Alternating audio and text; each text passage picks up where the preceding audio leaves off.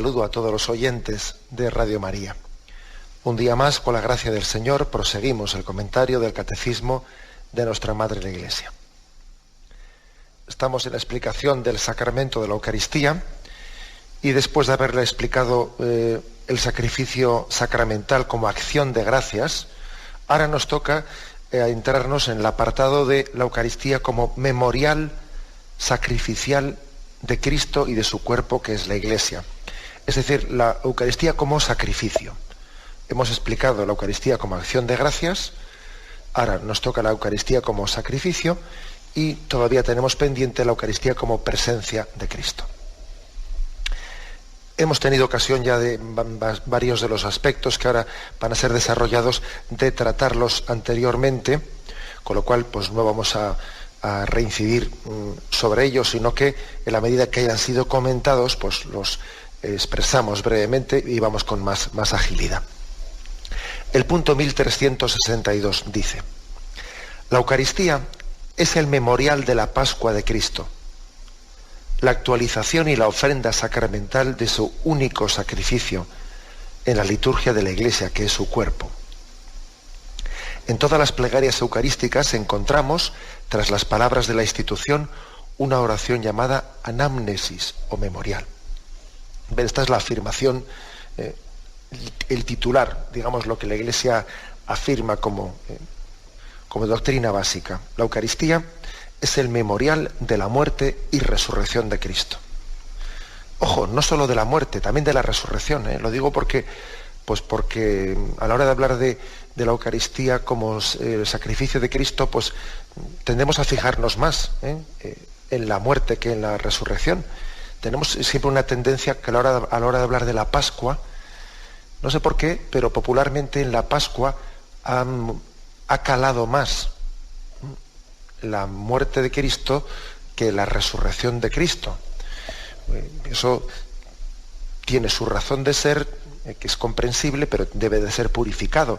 De hecho, fijaros en la religiosidad popular, que para cuando encontramos una procesión de la resurrección, que conmemora la resurrección de Cristo, que las hay, pues hay muchas más que conmemoran la pasión de Jesucristo. Para cuando encontramos pues una imagen pues del siglo XVII o XVIII, XVI o cuando fuere, ¿no? Una imagen de un Cristo glorioso, de un Cristo resucitado, hemos encontrado 20 imágenes de un Cristo paciente. Por lo tanto, eso hay que tener cuidado con ello, porque si es verdad que por una parte es explicable, porque es cierto que el dolor ha sido la pedagogía a través de la cual Dios nos ha demostrado su amor, nos ha mostrado su amor. Entonces es explicable que la pasión de Cristo especialmente haya quedado como grabada en nuestra memoria, que haya dejado una gran huella, ¿no? Porque para nosotros, que partimos de esta experiencia terrenal, de nuestra experiencia humana, ¿no? Sabemos todos que el momento del dolor es el momento en el que se forjan, se desarrollan las grandes opciones del hombre. Todos hemos sabido que cuando uno sabe de verdad, ¿no? lo que es la vida es en las grandes pruebas que la vida nos tiene. Por eso, como sabemos que el dolor es un momento inequívoco en el que se expresa el amor, bueno, pues parece que eso también ha hecho que la pasión de Cristo nos haya dejado especiales huellas, ¿no? En nuestro arte, en nuestra religiosidad popular, etcétera, etcétera. Eso es comprensible. Y nunca nos va a parecer que hay demasiadas imágenes de Cristos crucificados. No, nunca nos va a parecer tal cosa. Nunca hacemos poca memoria de la pasión de Cristo. Ahora bien, sí que es importante que esa memoria que hacemos de la pasión de Cristo sea pascual, o sea en un contexto en el que el misterio entero de Cristo, de su muerte y resurrección, se ha celebrado conjuntamente. Que no diseccionemos, no extraigamos la pasión de Cristo al misterio pascual. Por eso recordemos que la Eucaristía es el memorial no solo de la muerte de Cristo, ojo, es el memorial de la Pascua de Cristo, de su muerte y resurrección y glorificación. Es el memorial de la Pascua de Cristo. Dicho esto, subrayado esto que es importante, hace una matización. Es la actualización y ofrenda sacramental del único sacrificio. Aquí se insiste mucho en que hay un único sacrificio. Ese único sacrificio es el que celebró Jesucristo pues, allí en el Monte Calvario, y en esa única ofrenda que hizo Cristo, que fue aceptada por el Padre en la resurrección, esa única ofrenda, pues es la que se celebra ahora sacramentalmente. Lo de único sacrificio tiene mucha importancia, porque de hecho el libro de la Carta de los Hebreos, pues es uno de los libros del Nuevo Testamento que tiene casi como tesis fundamental el que los sacrificios del Antiguo Testamento se reiteraban una y otra vez porque en sí mismos no tenían una capacidad, no tenían una fuerza, no tenían una virtud de purificación. Eran más un deseo del hombre de intentar ofrecerle a Dios unos sacrificios, eran más unos deseos que una realidad eficaz. Sin embargo, viene Cristo y ofrece Él mismo su vida. Y su sacrificio sí es eficaz. Él no solo pide, suspira porque ese sacrificio sea ocasión de que los hombres seamos purificados, sino que realiza. No solo es un deseo, es una realización. La sangre de Cristo, ofrecida en la cruz y aceptada por el Padre en la resurrección, realiza la redención del hombre. Y la tesis de la Carta a los Hebreos es que todos los sacrificios del Antiguo Testamento no eran sino una preparación, eran una imagen de lo que estaba por llegar, del único sacrificio que tenía capacidad de purificar al hombre. Y por eso dice la Carta a los Hebreos, los sacrificios del Antiguo Testamento, como no eran eficaces, tenían que ser reiterados una y otra vez, y uno iba al templo de Jerusalén y volvía a sacrificar ahí un novillo, y volvía a sacrificar unos pichones, y estaban continuamente reiterando y reiterando sacrificios. Y en esa reiteración, ellos mismos, pues implícitamente estaban dando a entender que esos sacrificios no eran eficaces, eran más un deseo que una realidad eficaz. Sin embargo, el sacrificio de Cristo, como sí es eficaz, se ofrece una sola vez para siempre. Cristo, como su muerte por nosotros fue eficaz, se ofreció una sola vez para siempre. No necesita ser reiterado su entrega, su sacrificio. Por eso nosotros, cuando celebramos la misa, no volvemos de nuevo a realizar el sacrificio de Cristo. Primero, porque no se nos ocurriría volverle a hacer sufrir a Cristo. Segundo, porque no sería necesario, porque su entrega fue eficaz. Y como fue eficaz, pues no tiene que ser reiterada. Luego, la diferencia entre el Antiguo Testamento, que repetía y repetía sacramentos, y nosotros que celebramos la misa, es una diferencia total. Nosotros no estamos reiterando el sacrificio, sino que estamos haciendo memoria del único sacrificio que hubo. Y no lo estamos reiterando, como diciendo, por si acaso no nos redimió otra vez, por si acaso no nos redimió otra vez. No. Estamos redimidos en Cristo por su único sacrificio. Lo que hacemos es actualizarlo, hacerlo presente, volver a revivir el único sacrificio de Jesucristo. Quizás alguno esté pensando, bueno, sí, pero ¿por qué necesitamos rememorarlo una y otra vez? ¿Es que acaso Él no nos salvó en su entrega de una vez para siempre? ¿Por qué necesitamos volver a hacer memoria de ello una y otra vez? Claro que necesitamos hacer memoria de ello una y otra vez, pero no porque el sacrificio aquel no fuese eficaz, sino porque yo tengo que abrirme de una manera más plena a recibir lo que es la redención de Cristo, yo personalmente. Es decir, Cristo nos redimió objetivamente una vez para siempre. La redención objetiva está realizada. Ahora bien, la redención subjetiva, tu santificación, tu aceptación, tu personalización, el hacer tuyo lo que Jesús obtuvo por ti en la cruz, eso Eso no es automático. Eso eres tú el que tienes que ir, nosotros, ¿no? Cada uno de nosotros tenemos que ir poco a poco abriéndonos a esa recepción del sacrificio de Cristo. Cristo nos obtuvo en una sola vez la redención, nuestra salvación ante Dios Padre. Hemos sido comprados al precio de la sangre de Cristo, dice San Pablo.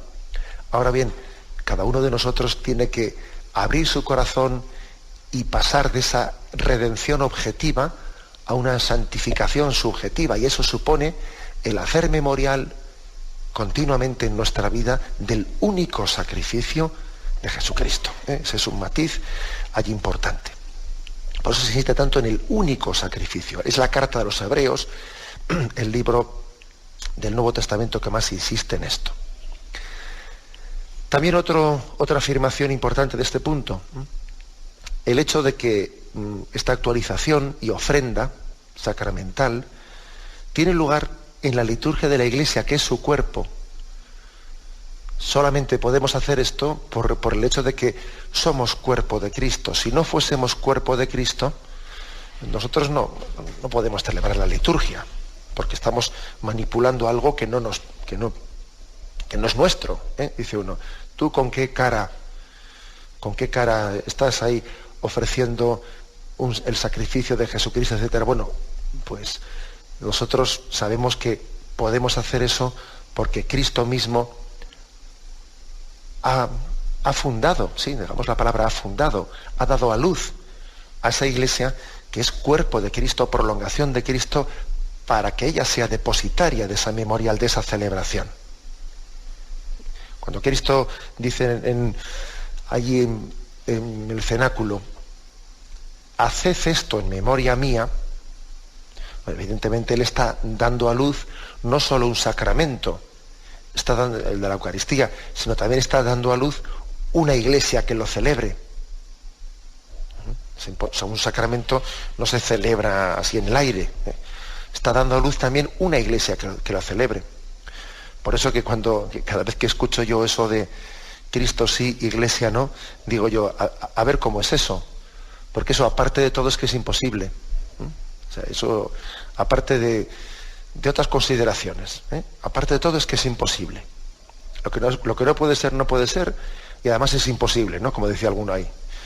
Bueno, pues es que es así. Cristo no solo ha dado en el cenáculo a luz el sacramento de la Eucaristía, ha dado a luz la iglesia como cuerpo suyo para celebrar en su seno la liturgia. Y la iglesia en su seno tiene una memoria muy viva de lo que es el misterio pascual de Jesucristo. Esa es la anamnesis que se dice aquí. La iglesia tiene una memoria viva en su tradición, porque el Espíritu Santo está continuamente manteniendo la llama encendida de la memoria de la muerte, resurrección y glorificación de Jesucristo. Para que esa sea nuestra memoria, para que sea el acontecimiento fundante de la iglesia. La iglesia no está para predicarse a sí misma. La iglesia está constituida, está fundada, la iglesia ha nacido, ha sido engendrada para guardar el memorial de la pasión y resurrección de Jesús. La razón de ser de la iglesia es ser memoria viva, porque una memoria muerta es un libro metido en un estante. Pero la iglesia no es una memoria muerta, no es una memoria de biblioteca, es una memoria viva de la muerte y resurrección de Jesucristo.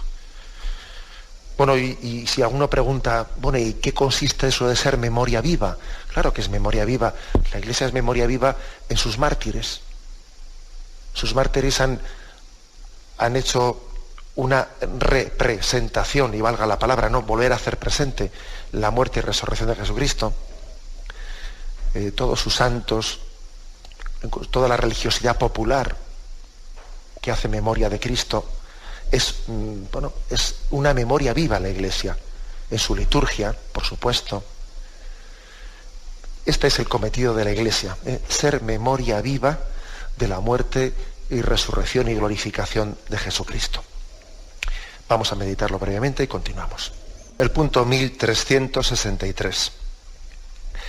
En el sentido empleado por la Sagrada Escritura, el memorial no es solamente el recuerdo de los acontecimientos del pasado, sino la proclamación de las maravillas que Dios ha realizado en favor de los hombres.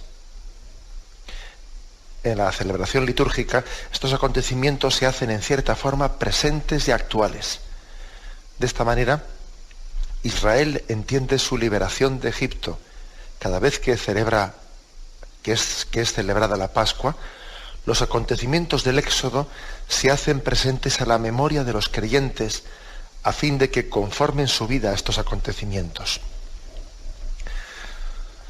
Bueno, como podéis observar, ya incluso en el Antiguo Testamento, ya incluso antes de Jesucristo y de la existencia por tal propiamente de lo que es un sacramento, ya antes la palabra memorial para Israel no era un mero recuerdo, no era únicamente decir recuerdo el pasado, no, era más que eso. La palabra memorial, por una parte, es recordar el pasado, pero haciéndolo presente de manera que, dice aquí, que conformemos nuestra vida a aquellos acontecimientos.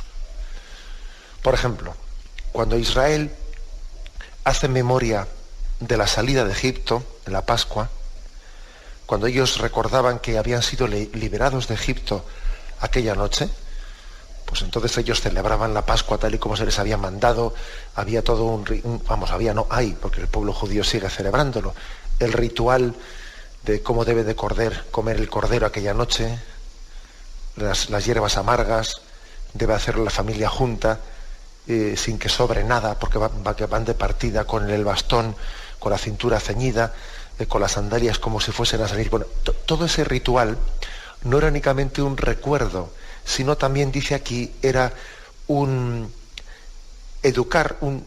hacer conforme su vida con lo que había acontecido anteriormente.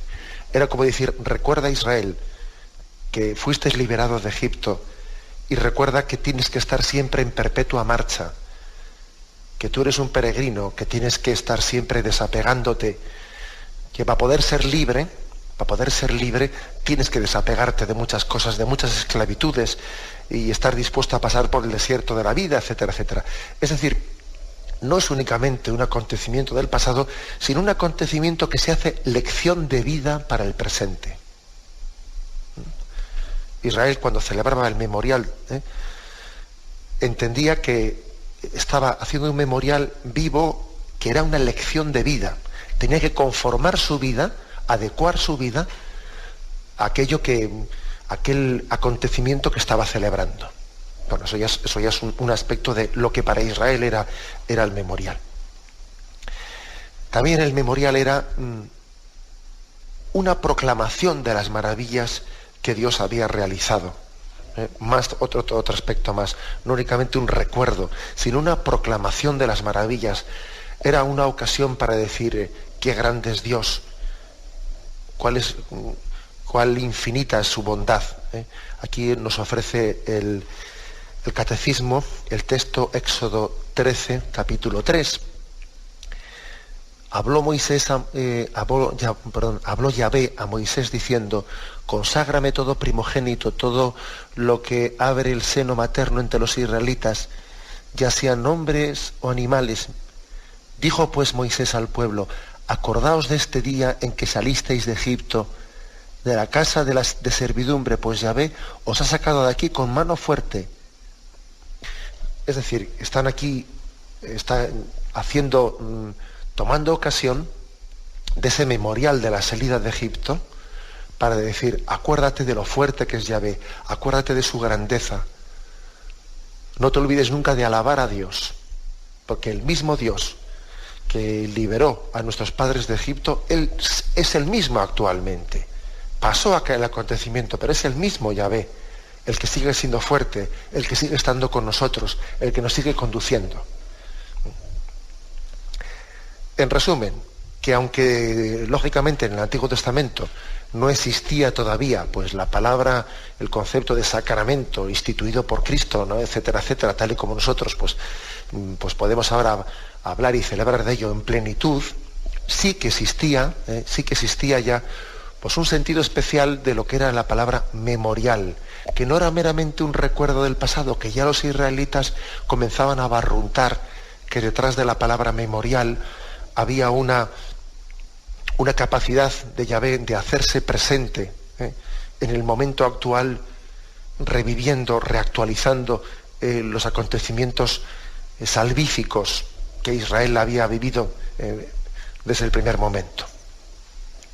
Como una ocasión de alabar a Yahvé, como digo, y también como una llamada, un recordatorio a actualizar nuestra vida, a conformar nuestra vida pues a ese mensaje de salvación. Y damos un paso más.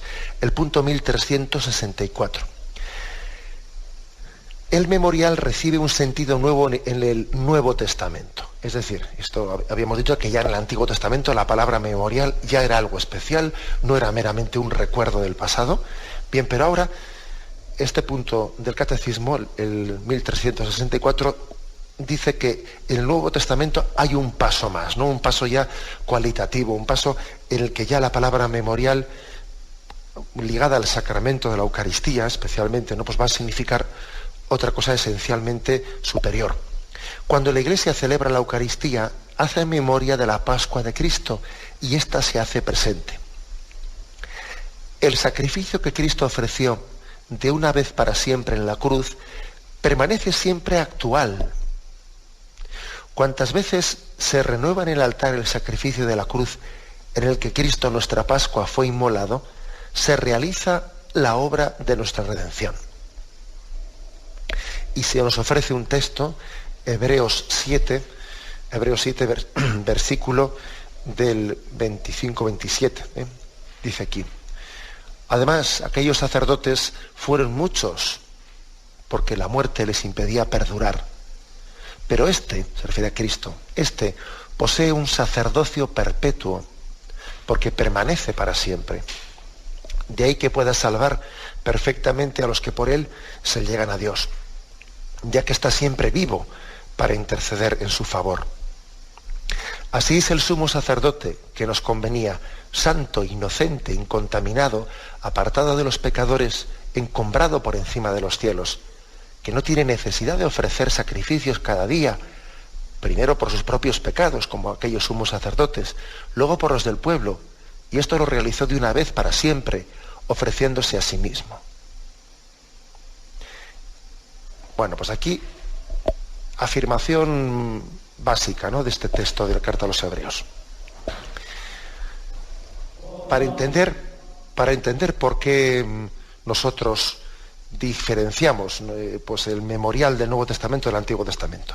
Vamos a ver, Jesucristo, a diferencia de los sacerdotes del Antiguo Testamento, Jesucristo es un sacerdote que está vivo ahora mismo. Es decir, que no es que es alguien que realizó una cosa y él ya acabó y se terminó, no únicamente el sacrificio, sino la misma persona que lo ofreció, pues murió, no, como es el caso de los sacerdotes del Antiguo Testamento. No, Jesucristo está vivo. Por lo tanto, la ofrenda que él hizo en el Monte Calvario, y que fue aceptada por el Padre, perdura, entre otras cosas, porque Cristo, él vive para siempre en la eternidad, y sentado a la derecha del Padre, él continúa esa ofrenda. Si Jesús no hubiese resucitado, sería imposible hacer un memorial en el sentido sacramental de hacer presente el sacrificio de Cristo. Imposible. Porque para hacer presente aquello, lo primero es que Cristo está vivo a la derecha del Padre. Y él le sigue ofreciendo al Padre, en este momento, ahora mismo, según hablamos aquí, le sigue ofreciendo al Padre lo mismo que le ofreció en el Monte Calvario. Segunda afirmación de ese texto de la Carta a los Hebreos. Y es que él es santo, que es otra condición pues básica para que ese sacrificio pues sea perfecto y tenga capacidad de ser eficaz, porque es que los sacerdotes del Antiguo Testamento, como dice aquí, pues lo primero que tenían que hacer era purificarse ellos para luego ser instrumento de purificación. Claro, ¿y cómo va a purificarnos el que no está purificado? Bien, pues no es el caso de Cristo. Cristo, precisamente porque es el santo de Dios, Él nos puede santificar. Es imposible que nos santifique el que no es santo. Sin embargo, Cristo, el santo de Dios, por eso precisamente es el instrumento de santificación. Es posible que algunos, según me escucha, pues igual está haciendo una aplicación de esto último que he dicho, pues igual incorrecta, porque coge y dice, bueno, entonces el sacerdote, que no es santo, porque todos somos pecadores, y aquí todos los sacerdotes nos confesamos, los sacerdotes que no son santos, ¿cómo nos van a santificar? Si dice eso de que, claro, de que como los sacerdotes del Antiguo Testamento, como no eran santos, ellos, sus sacrificios no podían santificar, claro, pero es que nosotros precisamente lo que decimos bien claramente es que es Cristo glorioso el que sigue santificándonos. Los sacerdotes no son quienes nos santifican. Los sacerdotes de la nueva alianza, son instrumentos de Cristo por el que Cristo sigue santificándonos. La causa de nuestra santificación está en el sacerdocio de Jesucristo, en su santidad. Y aunque los instrumentos de Cristo pues no seamos santos por desgracia, eso no quita, no impide la eficacia santificadora del sacrificio y de la redención de Jesucristo. Entendamos lo que es la causa, lo que es la causa de la santificación del instrumento elegido para poderla transmitir, que son dos cosas distintas. Pero es cierto que la carta a los Hebreos utiliza este argumento. ¿Cómo nos iba a santificar un sacrificio del Antiguo Testamento cuando ese sacrificio estaba hecho por un pecador? Pues nada, eso era ineficaz. Pero el sacrificio de Cristo sí es eficaz. Sí es eficaz, porque está hecho por el Santo de Dios. Aun cuando después los que estemos transmitiendo esa gracia de Cristo, seamos pecadores, pero es que a nadie se nos ocurre decir que es el sacerdote, el instrumento de Cristo, la causa, la fuente de la santificación, en absoluto. Es Cristo y su sacrificio mismo. Por lo tanto, el sentido, en el Nuevo Testamento, la palabra memorial pasa a tener un grado muy superior al que tenía en el Antiguo Testamento.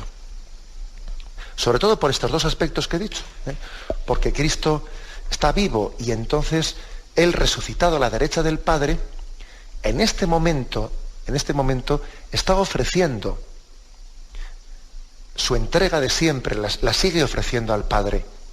Luego el memorial no es algo únicamente que ocurrió en el pasado, es que como Cristo está ahora fuera del tiempo, está en la eternidad, es hoy, para nosotros es hoy. Es ahora cuando Cristo está ofreciendo ese sacrificio al Padre. Porque Él está fuera del tiempo, está en la eternidad. Luego Él se introdujo del Calvario a la eternidad, y de la eternidad a este momento, aquí, hoy y aquí y ahora, ¿no? Hoy 25 de marzo, o el día que fuere, 25 de marzo, 25 de octubre, o el día que fuere. Ese es el motivo básico de por qué el memorial del Nuevo Testamento supera esencialmente a ese concepto de memorial del Antiguo Testamento. Cuantas veces se renueva en el altar el sacrificio de la cruz, se realiza la obra de la redención. No únicamente dice se recuerda, no únicamente dice se hace presente, no, se realiza la obra de nuestra redención. Lo reflexionamos y continuamos enseguida. Dice el punto 1365. Por ser memorial de la Pascua de Cristo, la Eucaristía es también un sacrificio. El carácter sacrificial de la Eucaristía se manifiesta en las palabras mismas de la institución. Esto es mi cuerpo que se entrega por vosotros, y esta copa es la nueva alianza en mi sangre que se derrama por vosotros. En la Eucaristía Cristo da el mismo cuerpo que por nosotros se entregó en la cruz, y la sangre misma que derramó por muchos para remisión de los pecados. Fijaros, uno de los aspectos en los que se ha manifestado la crisis a veces de la teología católica, o cuando a veces hemos recibido un influjo protestante, pues, por decir de alguna forma, ¿no? Cuando hemos un poco protestantizado pues recibiendo influjos sin darnos cuenta en la liturgia, en la forma de pensar, etcétera. Bueno, pues uno de los influjos ha consistido en eliminar o en hacer antipática la palabra sacrificio. Y uno se encuentra por ahí, pues, incluso libros escritos por teólogos en estos años 80 y 90, en los que se hablaba de la Eucaristía quitando, olvidando, dejando en el olvido, alguno igual más atrevido hasta poniendo en duda, la palabra sacrificio. Y sin embargo es propio de la teología católica hablar de la Eucaristía como el sacrificio de Cristo. Y no tenemos que avergonzarnos jamás de esa expresión, pues porque, entre otras cosas, es absolutamente bíblica. O sea, que nosotros no podemos enmendarle la plana a la Sagrada Escritura. Nosotros partimos de sus datos y reflexionamos a partir de ellos, pero es que es evidente que forma parte del lenguaje bíblico la palabra sacrificio. La palabra sacrificio fue enmendada o fue puesta en duda por Lutero y por la Reforma Protestante, pues porque, bueno, pues podía ser mal interpretada, ¿no? Podía ser interpretada como que más que la salvación fuese objeto de la gratuidad de Dios, que Dios ofrece gratuitamente por su misericordia y por su amor, ofrece la salvación, parece que es fruto pues de un sacrificio hecho por el hombre, como si el hombre tiene que hacer una ofrenda, unos méritos con los que compre la salvación. Y entonces el aspecto sacrificial pues está un poco borrando la gratuidad de la salvación. Ese fue el motivo, ¿no? Pero es que las cosas son como son y tenemos que ver todo en su conjunto. Siempre existe el riesgo de comprender la Sagrada Escritura eliminando cosas que nos resultan más difíciles de entender. De la Sagrada Escritura no hay que eliminar nada, hay que cogerlo todo en su conjunto y entenderlo todo pues complementariamente. No quita nada la afirmación de que la Eucaristía es el sacrificio de Cristo ofrecido en la cruz y de que nosotros tenemos también que unir nuestro sacrificio personal al sacrificio de Cristo. Eso no quita nada para la afirmación de la gratuidad de la salvación de Dios. Pues por lo que hemos dicho más de una vez, porque el que nos salva quiere hacernos también a nosotros partícipes del don de su salvación. Él no solo quiere salvarnos, sino quiere hacernos también partícipes de ese misterio de la salvación.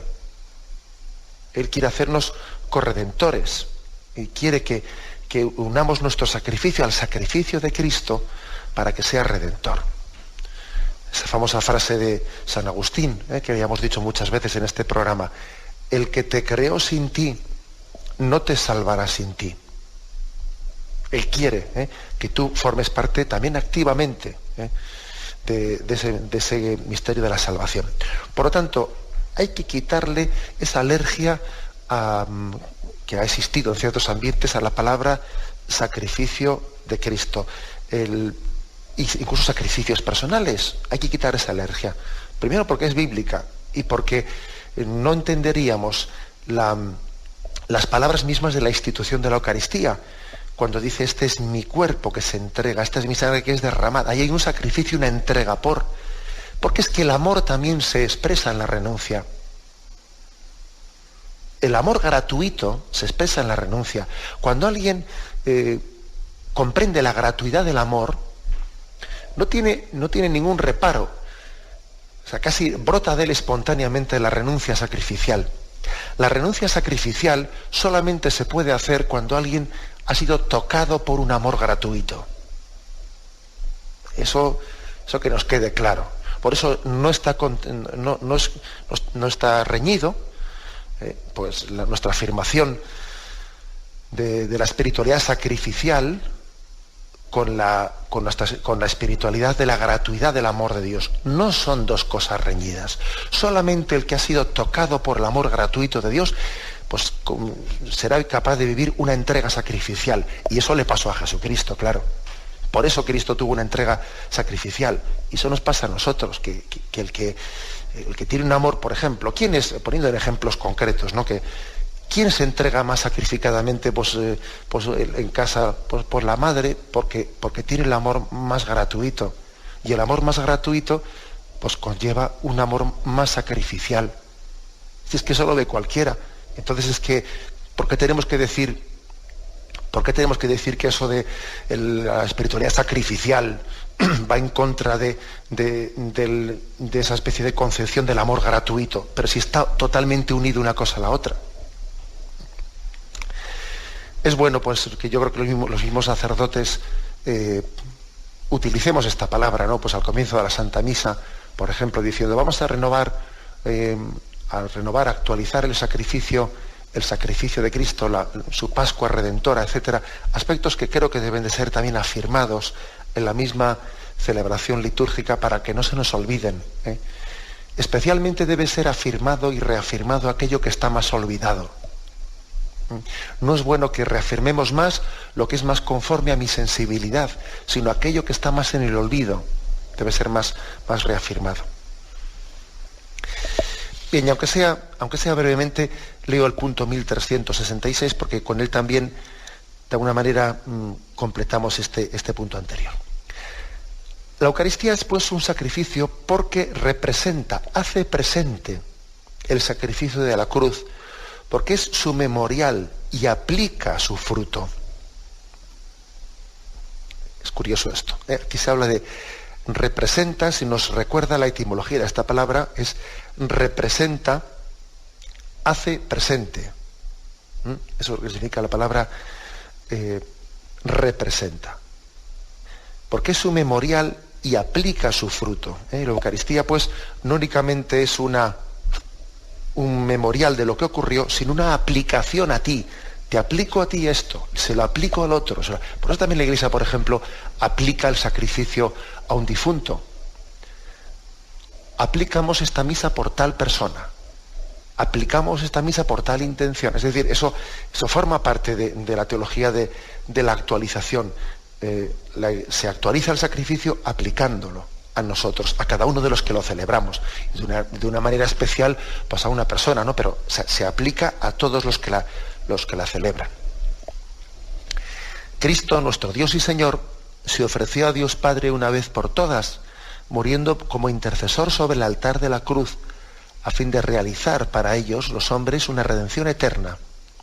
Sin embargo, con su muerte, no podía poner fin a su sacerdocio.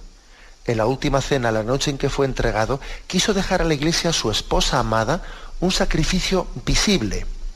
Ojo, que no os he dicho, estamos leyendo un texto del Concilio de Trento, que aquí cita el Catecismo. Dice aquí, quiso dejar la última cena a la Iglesia, su esposa amada, un sacrificio visible, como lo reclama la naturaleza humana, donde sería representado el sacrificio sangriento que iba a realizarse una vez en la cruz, cuya memoria se perpetúa hasta el fin de los siglos, y cuya virtud saludable se aplicaría a la redención de los pecados que cometemos cada día. Aquí el Concilio de Trento insiste en que hay un sacrificio visible, conforme a la naturaleza humana, porque todos también necesitamos, somos de carne y hueso, no somos ángeles, y necesitamos un signo visible, y ese signo visible es ese sacramento. Bueno, el signo visible fue la misma entrega de Cristo, ¿no? Su humanidad encarnada.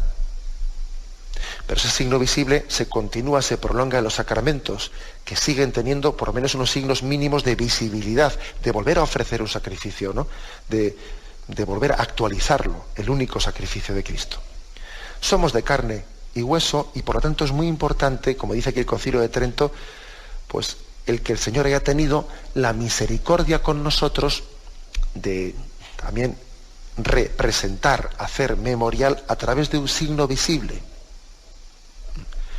Que nosotros no debemos de entender que es más perfecta, como a veces parece que se dice por ahí, ¿no? Es más perfecta la religiosidad, totalmente, pues eso, ¿no? Desencarnada de cualquier signo visible. Pues no es verdad, porque si no, Jesucristo no se hubiese encarnado. O sea, si fuese cierto eso de que hay que desprenderse de signos y de cosas y que nuestra relación con Dios tiene que ser meramente interior y espiritual y menos signos y menos cosas exteriores, si eso fuese así, si lo más perfecto fuese desprenderse de cualquier signo visible, pues entonces el Verbo no se hubiese encarnado, no se hubiese hecho hombre invisible y tangible entre nosotros. Así de claro, no nos avergoncemos nunca de los signos visibles, porque es tanto en el fondo como avergonzarse de la humanidad de Jesucristo. Tenemos que tener mucho cuidado con no dejarnos infectar pues, con una cierta influencia, pues iba a decir yo, falsamente espiritualista, ¿no? Reencarnacionista, como si aquí lo importante fuese desprenderse de todo lo material. Pues no, Señor. También lo material ha querido Dios que sea, en los signos visibles, ¿no? Y materiales, ha querido Dios que sean signo de Dios y sacramento suyo. Bien, lo dejamos aquí. Me despido ahora con la bendición de Dios Todopoderoso. Padre, Hijo y Espíritu Santo, descienda sobre vosotros. Alabado sea Jesucristo.